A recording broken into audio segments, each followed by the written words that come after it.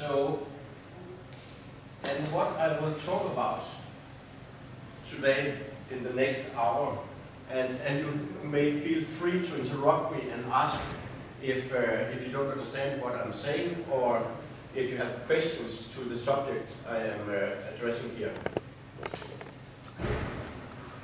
It's about instinctive archery, shooting the bow and arrow with no aiming devices normally.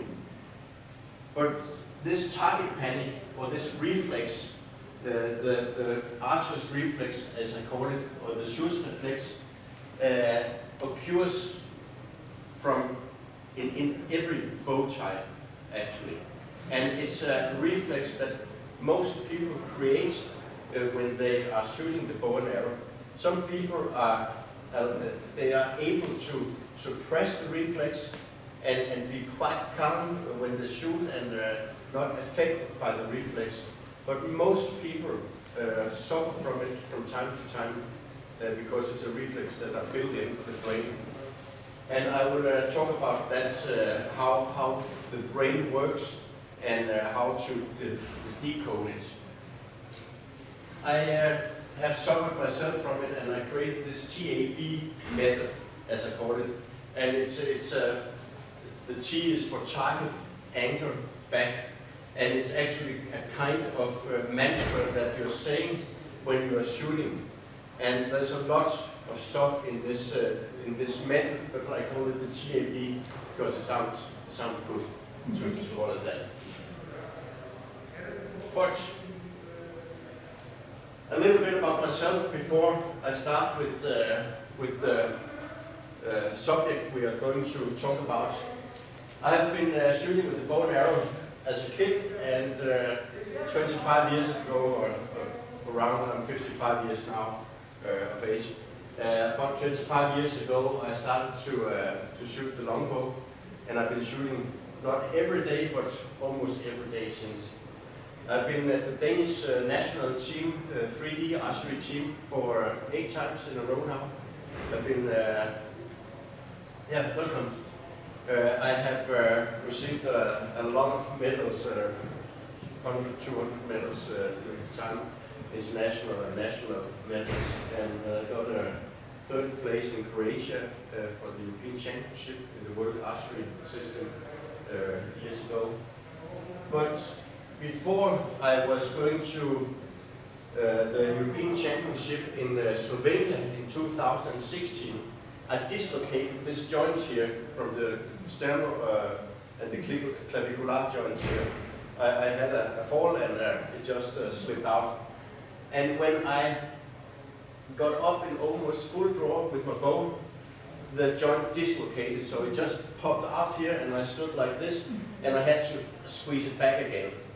And it was about 1.5 months before the European Championship, and you can call it stupid, I am a bit, I continued shooting and just pressed it back again every time.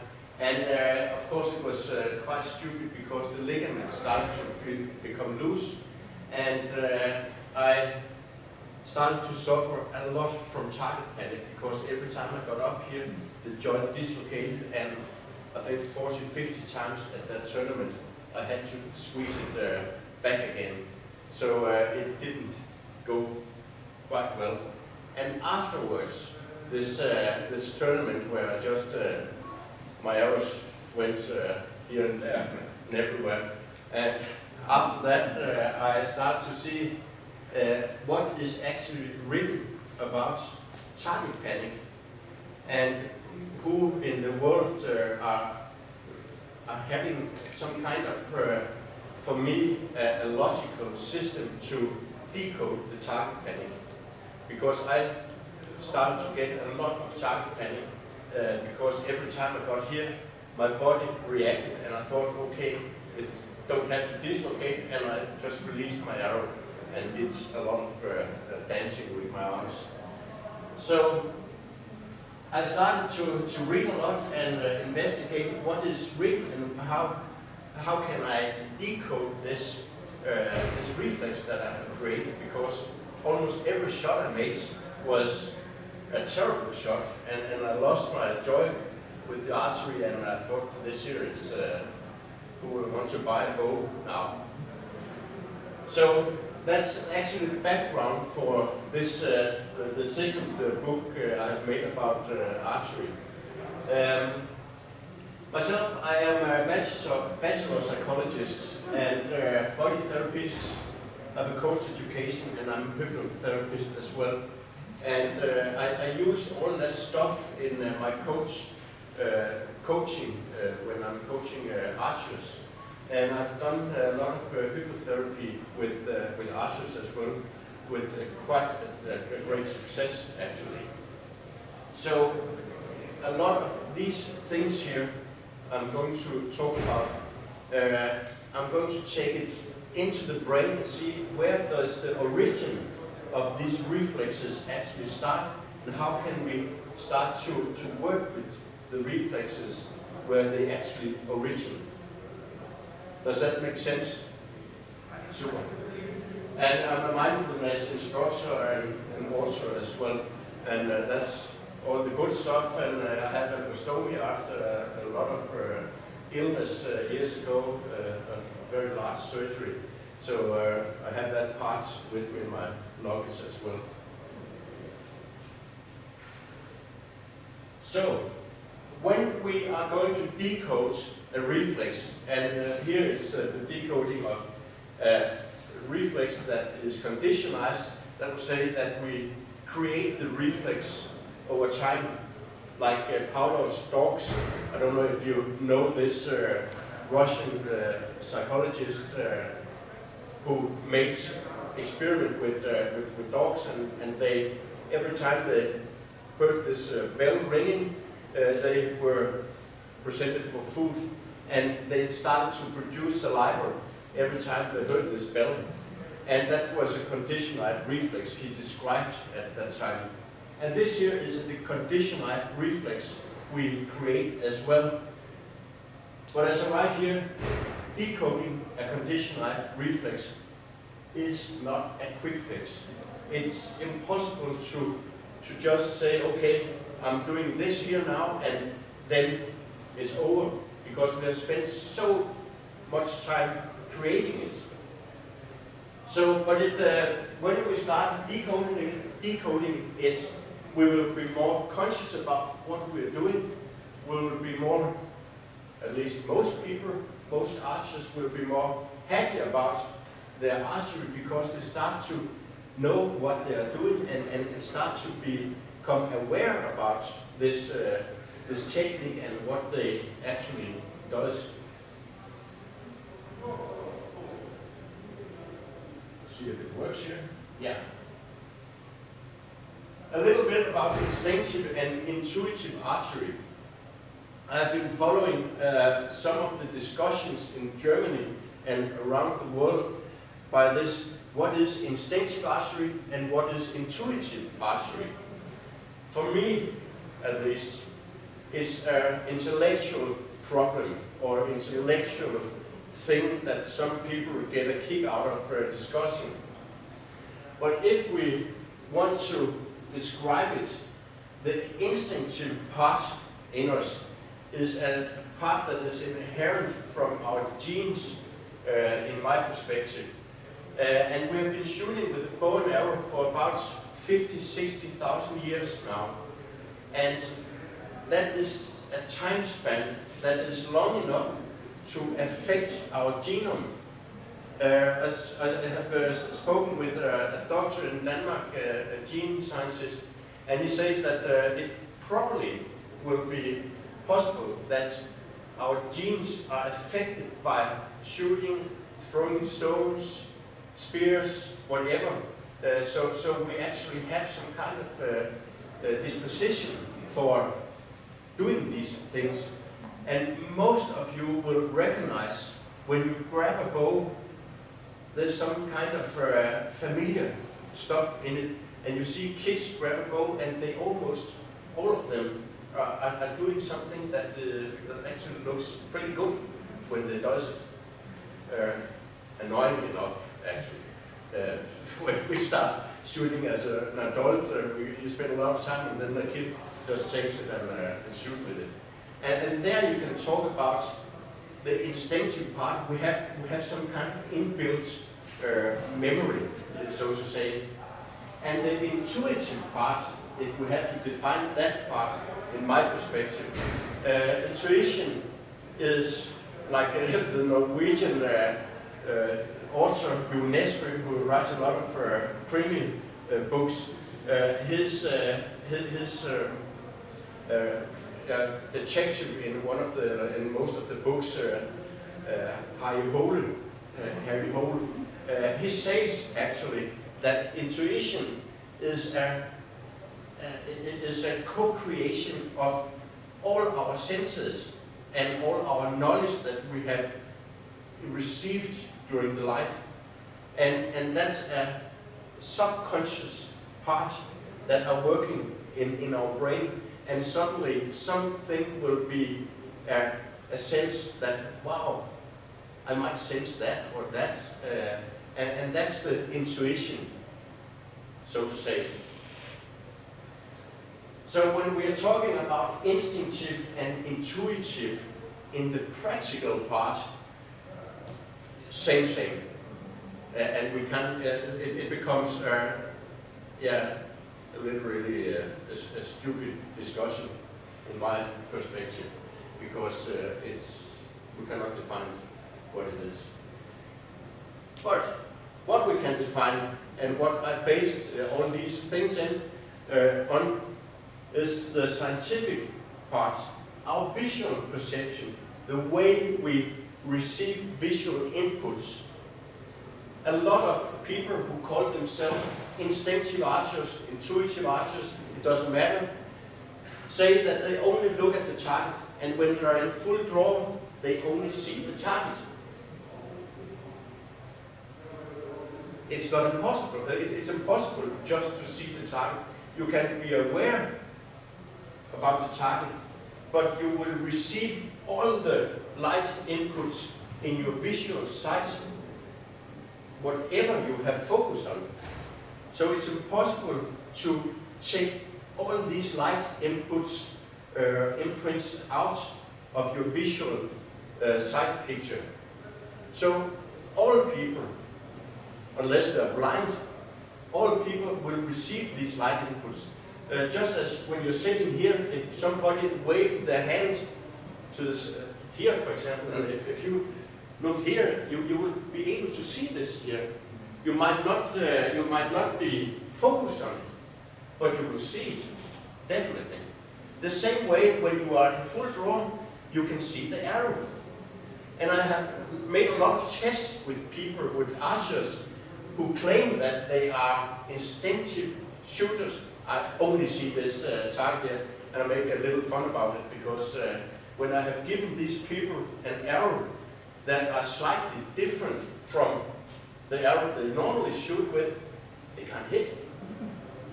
So that's an indication for me that they use the sight picture where the arrow becomes a part of the sight picture. They might not be focused on it. It might be a subconscious picture they have, but they use it. And that's one of the things in this when I'm teaching archery. That's one of the things, make that part become conscious, because when you're conscious about it, you can start to correct it. And that's the subliminal perception. That's a perception that's our all these things we receive, and from the outside and the inside as well. We're not conscious about them. But if we just change our focus just slightly, we will put it up in the conscious part. So it's just above the conscious line. And like the example with the hand waving here, you can just switch your focus, and you can still look at the focus you have here, but you can switch it, and suddenly you are aware about this here. And that's a subliminal perception, actually. And the conscious perception is, of course, what you perceive now. And one of the darlings, as I said before, if you don't know what you are doing, you can't correct it. You can't correct the mistakes you are doing. Then will all the corrections be in vain, actually. So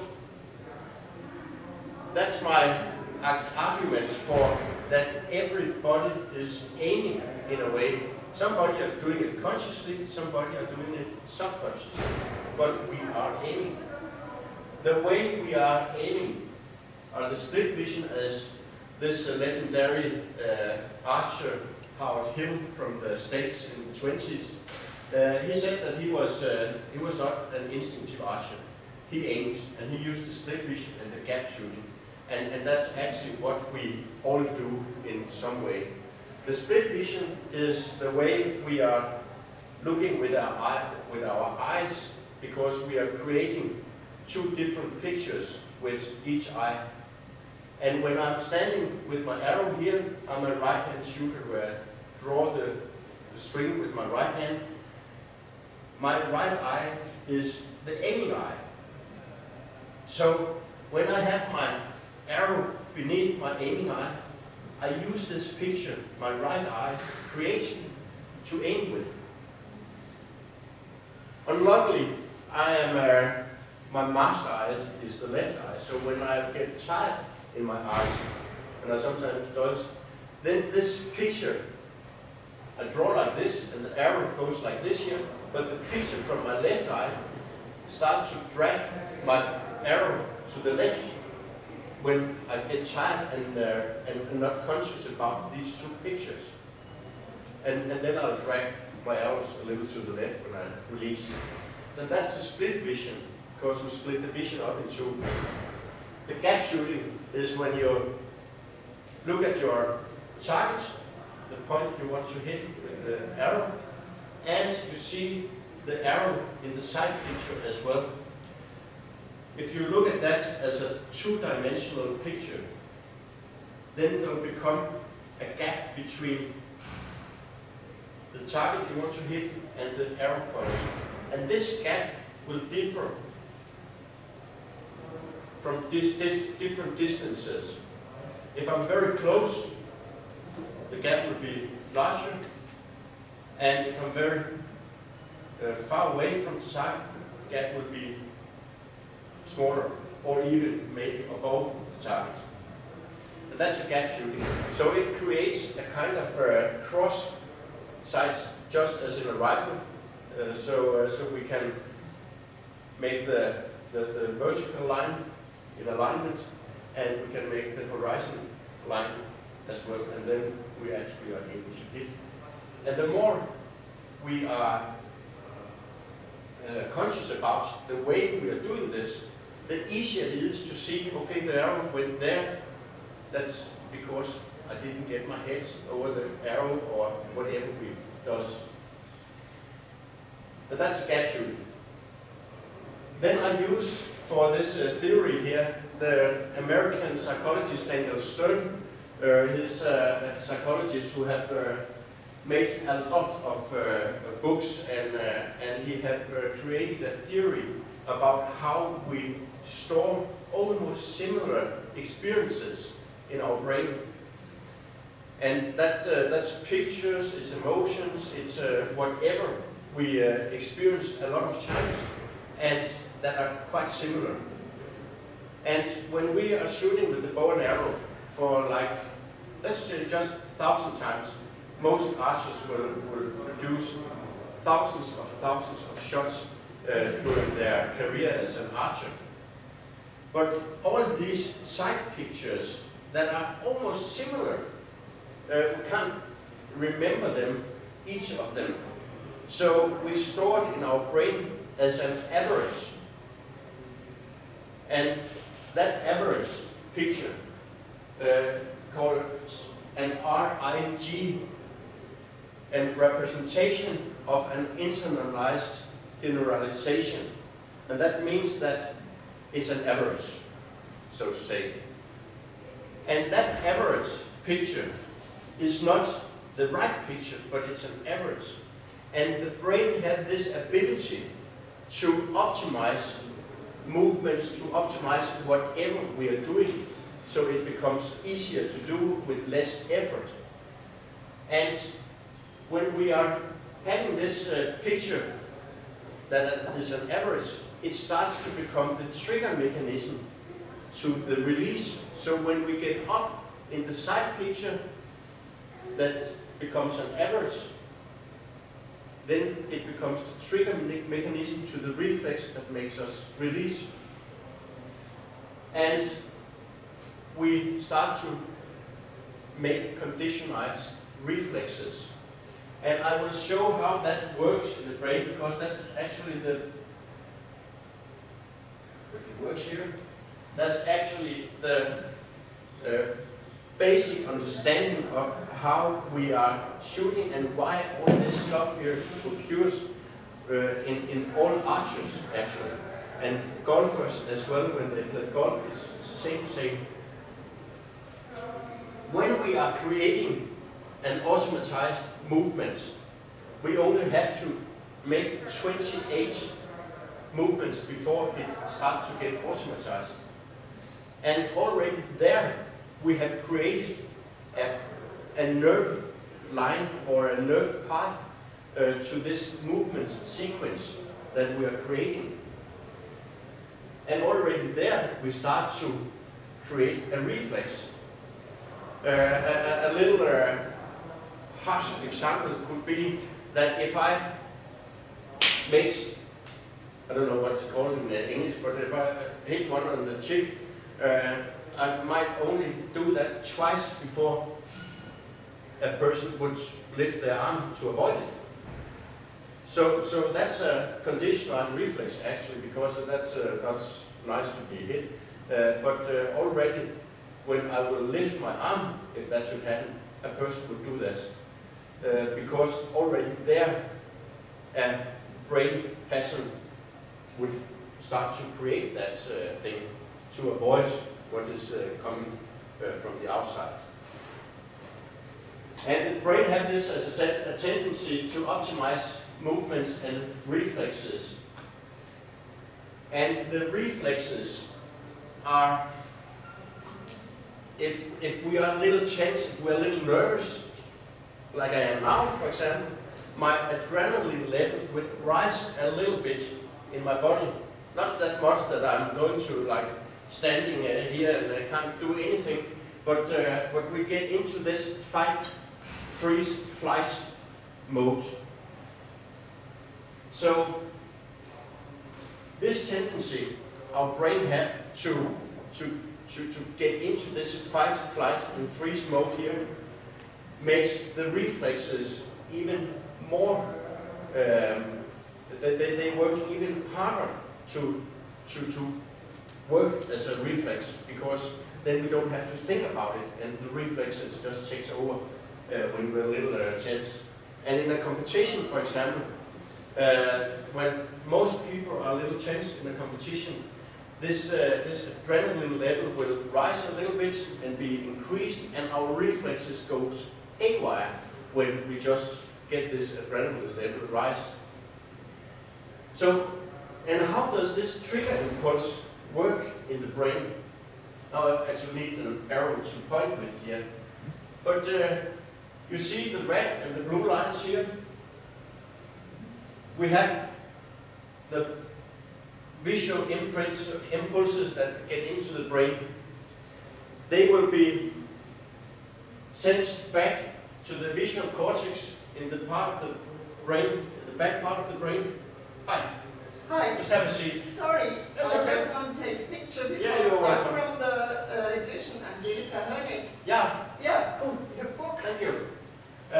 You see, when we receive these visual inputs, they will be sent into the back part of the brain, to the visual cortex, and if it's a reflex, a conditionalized reflex, it will be sent to the, in Dutch, it's called a klein here, in the cerebellum, and further on to the, to the premotor cortex, where all our movements are created in the brain, and it's very simplified. I'll say the way it works here, because it goes through other brain areas as well. But the simplified part is like this here. And then it goes from the pre-motor cortex back to our spine and further on. And you know all this situation where maybe a bottle or glass drops from the table, and before you actually think about it, you have caught this glass, and if you was about to think about, now it's falling down and I have to catch it here, it would crash before you even start to think about it. And that is actually because our conscious part of the brain are exactly half a second delayed from our reflexes. And if we put that scientific thing into our shooting, we create a reflex, and that reflex are triggered by the side picture.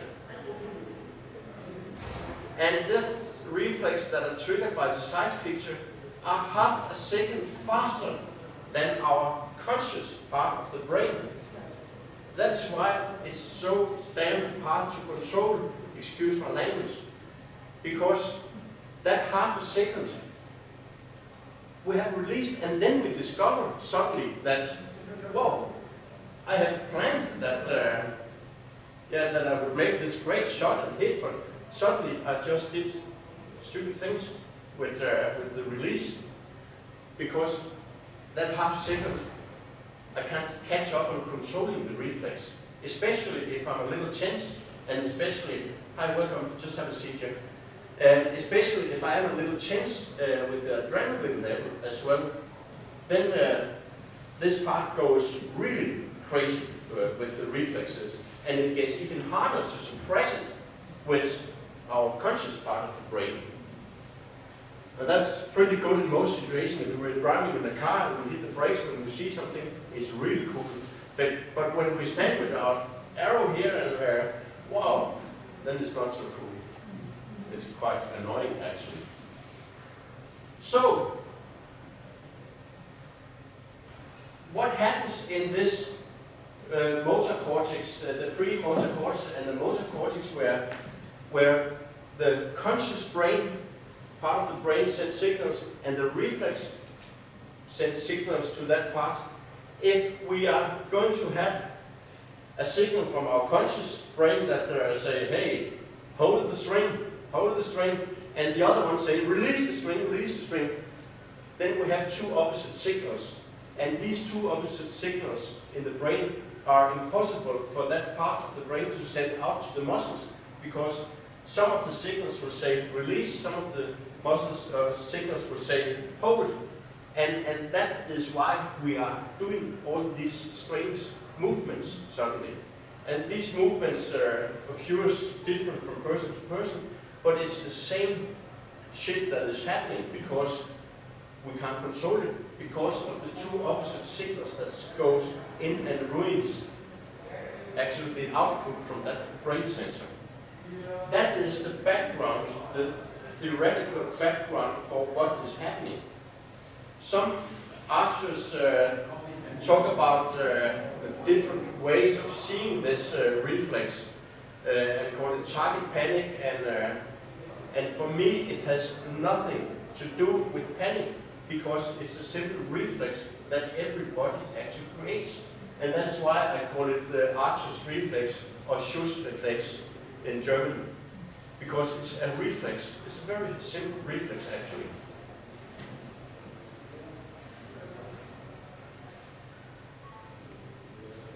Did it make sense what I'm saying? Can you understand most of it? Good. See everything. Pardon? Almost everything. Oh, good. Then ask. Then I'll try to explain it a little deeper.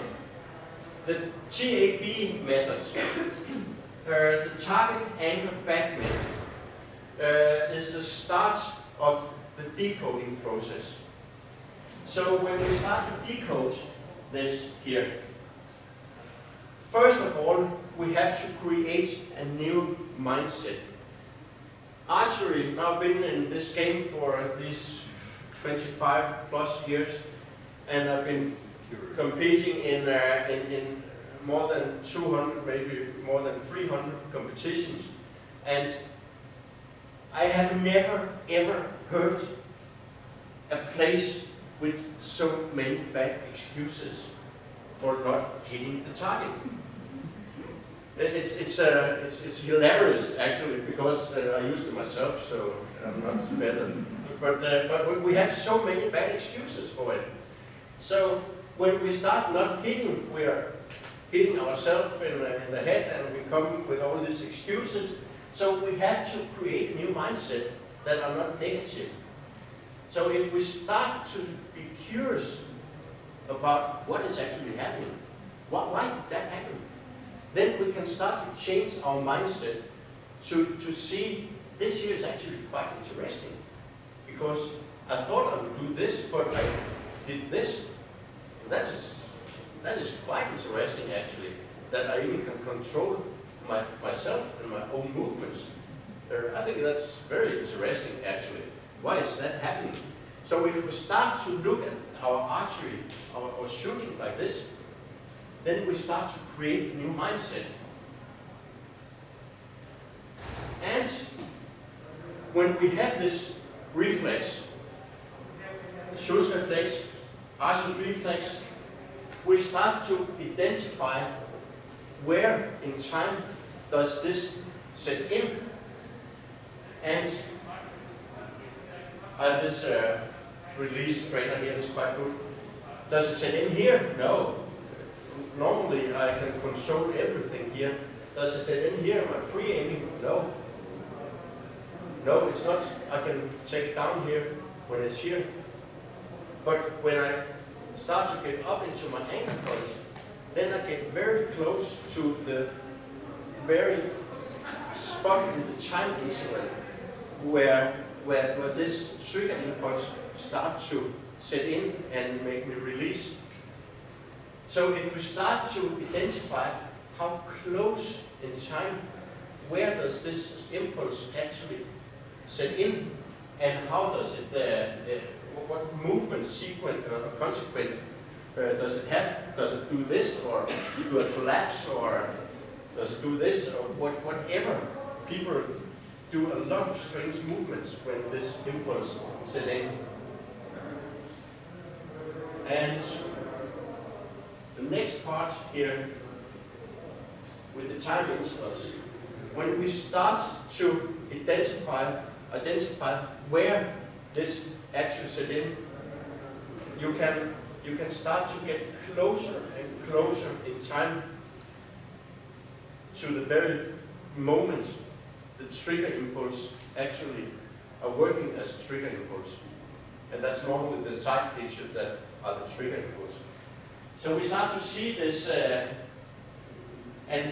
it's getting closer and closer. And what is quite important is, like a musician, I quite often compare archery with musicians, because we need to have a solid shooting cycle, just like a musician needs to know the scales and the instrument before they actually are able to play. So it takes the same to shoot well with the bow as it takes to use the violin or the guitar or whatever you're doing. It takes the same for an archer. And all of you who have seen archers shoot can see it's like watching a dance or a musician. When you see a person who just are fluent in his or her shooting, it's like watching a ballet dancer. It's the same, and it's the same thing that is procuring the flow in the body. But we need to have a dead solid shooting cycle before we can start to be fluent in our shooting. And we have to have this solid shooting cycle and have the breath with it before we actually are able to create improvements or make it better. Because if it's different from time to time, we don't have any positive way to change it, because it's different from time to time, and then you can't change it because next time it's different. So what was it I should change? So the solid shooting cycle here is quite important actually. So we have to practice that a lot. And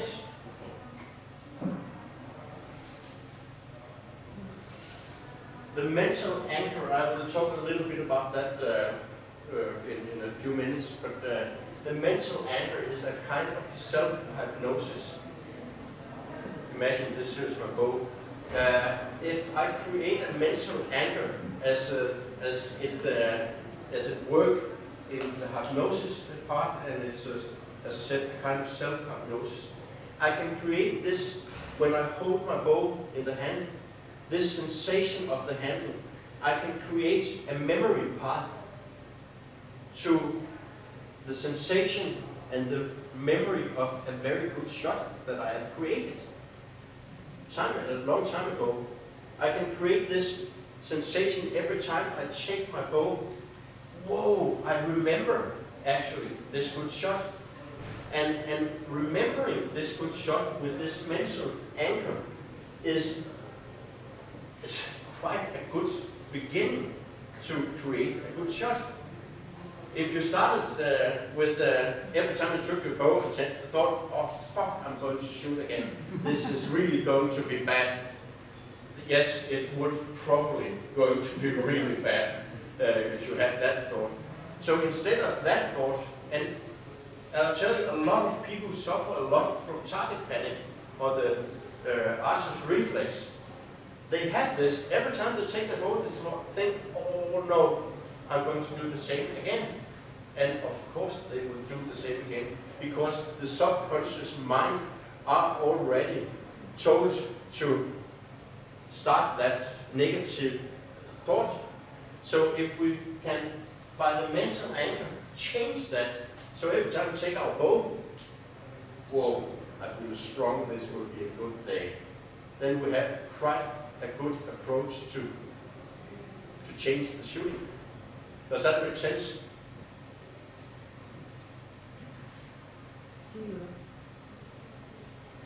The visualization, it was quite hard for me to say that, so I hope you understand.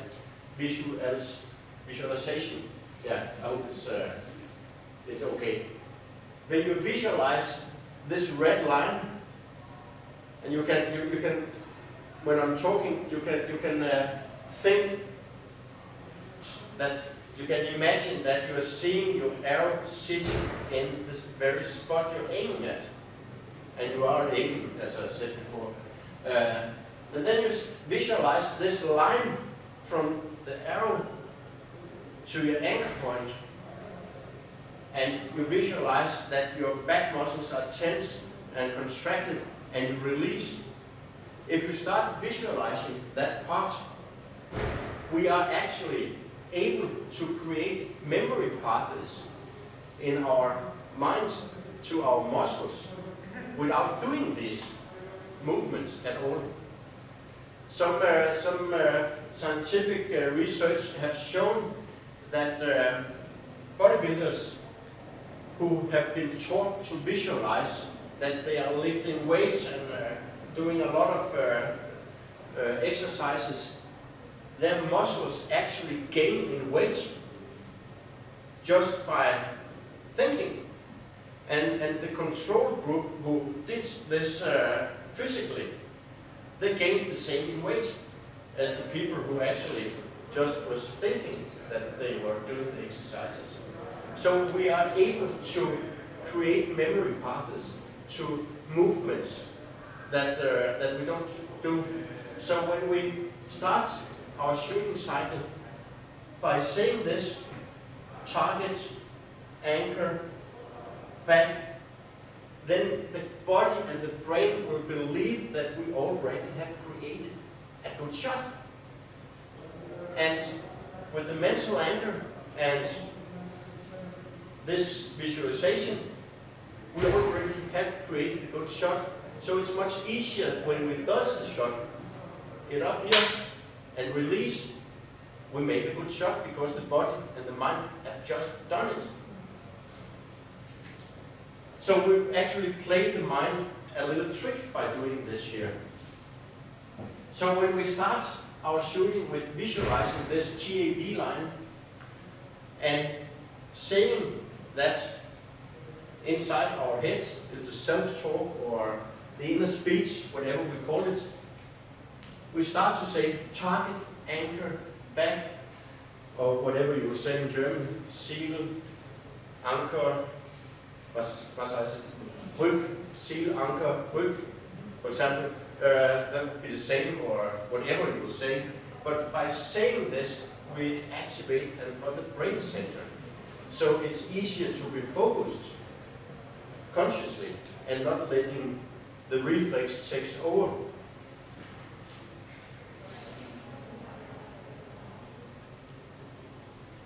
And that's a part, saying it with the voiceover, inner voiceover, because then we suddenly play the trick with the brain, so it's easier to do this. Welcome, just have a seat.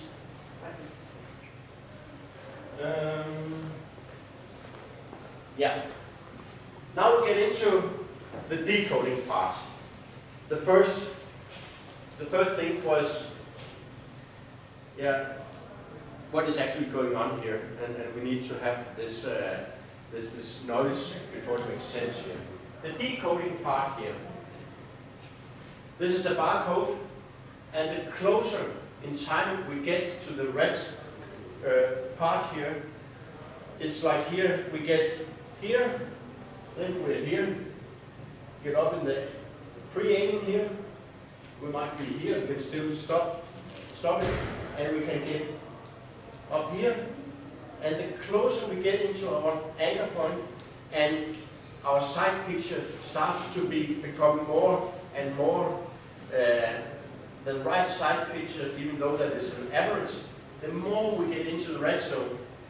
And when we get into the red zone, the time intervals to interrupt and take down here will be closer and closer, and suddenly we have released and done something wrong here. But if we start to become more and more aware, how close can I get to the very point where I actually release, then it's like getting a Christmas gift actually. Then we will see that it becomes easier and easier to get up and get close to the point, because you start to be aware about this time interval. So the time interval up here start to become wider and wider. So we move this part here over here, and suddenly, and that's where the Christmas gift come in, suddenly we are able to jump over this border where the trigger mechanism actually sets in, and then we're in control actually. So by seeing it in that way, be curious, how close can I get? Oh, I got up here and I got even closer than last time, and I got closer and closer, and suddenly you're standing here. Wow, what is happening? And you can release consciously. And that is actually quite cool to discover when it happens.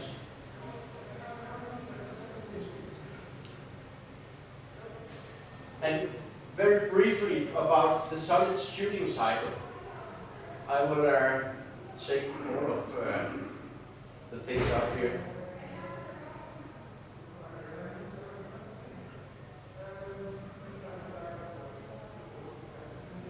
So, and she's called Evgenia. She's from the Russian national team, and I was allowed to take pictures of her to this here. But the setup position, that's here. Make an inhalation, an exhalation to the pre-aiming position there.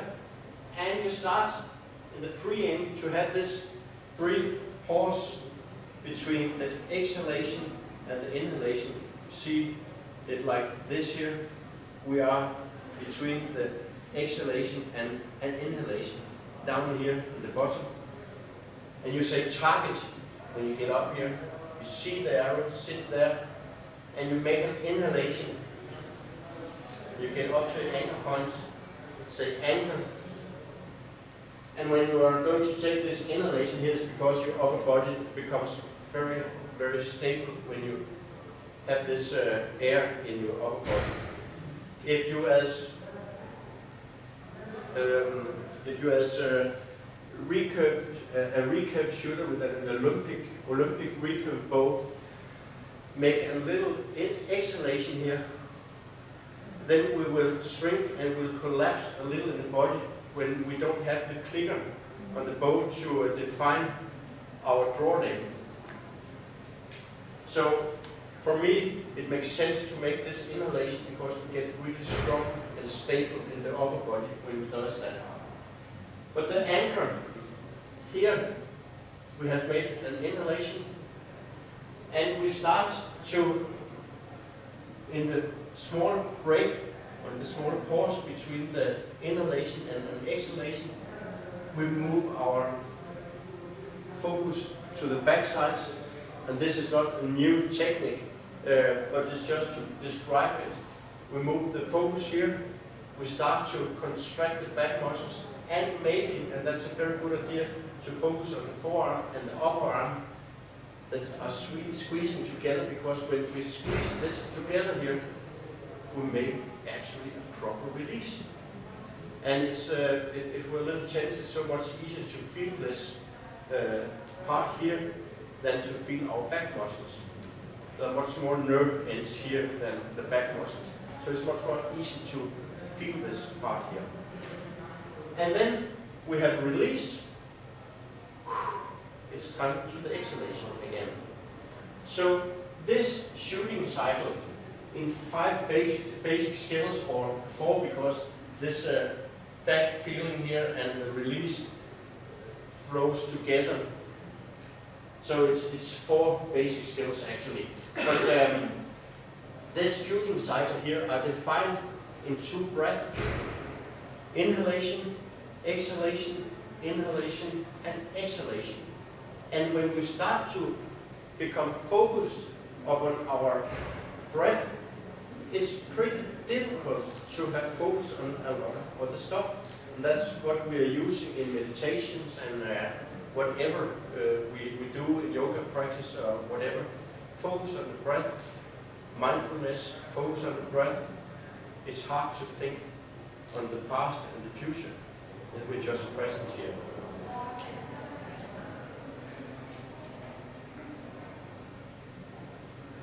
The type visualization, I talked about that before. Think, see, feel the red line while you say the magic words, target, anchor, back, or whatever you want to put into that, because of this, it's just words, it doesn't matter. We just have to switch over and activate the other brain center. So you do it before you shoot and when you're shooting. And I have written this here because discipline and commitment are keywords in the decoding process. Whatever you are trying to decode, the bad habits, whatever, it's discipline and commitment. Because you need to do it every time you are shooting. Because when you do that, you start to create an even stronger memory path to a new movement cycle than the first one. So discipline and commitments must be keywords here. And I talked about the mental anchor before. You see and feel your best shot. You feel the handle while visualizing this best shot, the surroundings, the shooting, everything. It takes some time to be able to make these visualizations. There are 2 ways of making a visualization. You can see yourself from the outside, and you can see yourself and feel yourself from the inside. And then there's a combination of these 2 ways of doing it. whatever you do here, it doesn't matter, but it connects the feeling with the hand with a good shot, and that's the point of it. On my YouTube channel, I have a short 10 minutes, I think, visualization where I do this mental anchor visualization in English. So, and dry shooting. This is dry shooting from Moscow, but you can do this tap visualization in the line, in the supermarket, wherever, at the office. People might think you're crazy and call the police, but you don't need your bow for doing this, because when you are visualizing and even when you're making these movements here, but you need to do the movements right. I see a lot of people when I teach people in archery, when we're trying to put the right movements in, they are a little sloppy with it, and they don't get into the stand, they don't get into movements where you're pressing the bow and stuff like that. But you need to be quite good at that part. And the better you are, when it comes to practice, the better you are doing the dry shooting, the more you will imprint your brain doing the right stuff when you're standing with the bow. And you can use a thing like this or a rubber band, whatever, to do these things here. I normally have a wristband, so I hold my bow, so it was a reflex that I didn't hold the bow. So you can program your brain by that also, and start thinking about your shooting, and you program your bow or your mind. You can also see a person, might be a person you have on a poster at home because he or she is a really good shooter, but when you see a really good archer, copy that. Have this person in mind when you are shooting. And as my girlfriend Mette said, she is a leader of an institution, and that's the same kids does when they're kids, but when they're small, they copy the other person's movements, and they experiment with that. They have no clue about it themselves, but they see a grown-up do these things, and they copy it. And we have, as an adult, still this ability to do that. So we can copy a good archer. So when we do our shooting here, we can copy that and see this archer as ourselves when we are shooting. Does it make sense? Super.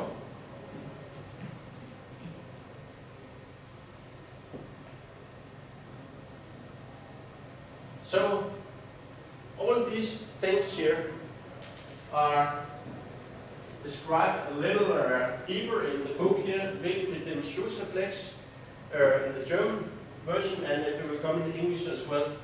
It is translated now. But these things here is actually all the stuff together, analyzing the shot, where and how does the trigger mechanism work.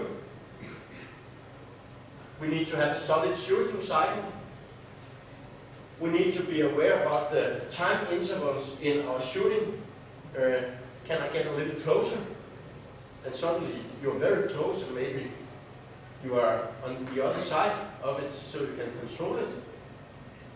You can use the tap visualization before and in the shooting cycle. You put the mental anchor in, because that makes you think about your best shot when you grab your bow, and that's a good start for decoding or just shooting. You can use dry shooting with a bow or without a bow, or with such a thing here, or you can attach a rubber line on your bow, so you can stand with your rubber line here and just hold your bow and shoot it like that. You can buy lines like this for slingshots, and it's very effective to put on the bow. And you need to, and that's actually quite a thing, you need to accept that this is hard and focused work. I spent about 2 years working with this before I now can say that I'm a pretty consistent again in my shooting. And it has been quite a journey because I've been very curious about what was happening. A book came out of it, and I think I've become a better archer, even though that I don't win all of the tournaments. But I'm quite satisfied when I'm shooting now. And when I'm making mistakes, because I still make mistakes, it's easier for me to go back and say, okay, what was actually happening there? I thought I was in focus, but no, I'm definitely not in focus now. Then I'm not supposed to expect my shooting to be good. So that part, the acceptance is called, and the hard work is a great part of this the story here. And shooting every shot conscious. So the conscious shooting is very important as well. And then again, discipline and commitment. If you are committing yourself, I want to get rid of this reflex here, then do it. If you only do it half, you will only work in vain, and you will be satisfied, and you will not be satisfied when you're shooting, and you will be disappointed, and you will be angry, and you will send me emails and stuff like that. It doesn't work, but you need to be committed to whatever way of decoding you are doing, or archery you're doing. Be committed to what way you are choosing, because then it will work, because it's your commitment that makes this work. And the last one here, I have the YouTube channel, Jes Lysgaard, and mail if you want to send me hard mails. It doesn't work, yes, or wow, it works. I have a lot of Norwegian guys who have sent me a lot of mails, and I become very happy every time they say this year is really good, because now I've been working with that and a lot of different methods for years, and this year works. And yeah, it's quite nice, and I have a homepage as well. The book is translated, as I said, into German here, big with the Schützenhof, and I think Pädagogisches have stand here as well. So it's probably possible to buy it there, and if you can catch me, I'll sign it as well.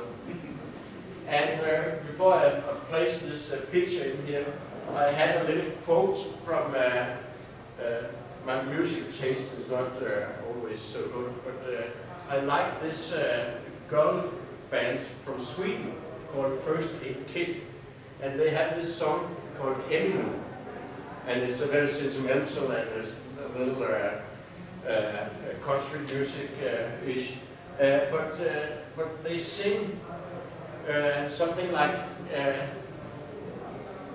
what is it? If you bless whatever you are doing, bless it with your patience, and it will grow. Something like that. So if you bless, she says, what I have learned is, if you want something to grow, bless it with your patience. So it's very, very close to the quoting. But and then the same here. If you bless this with your patience, it will grow. Whatever you do in life, bless it with your patience, and this thing will grow because you're watering it. And that was last words from me here. I think I have almost held the hour here. So thank you for listening.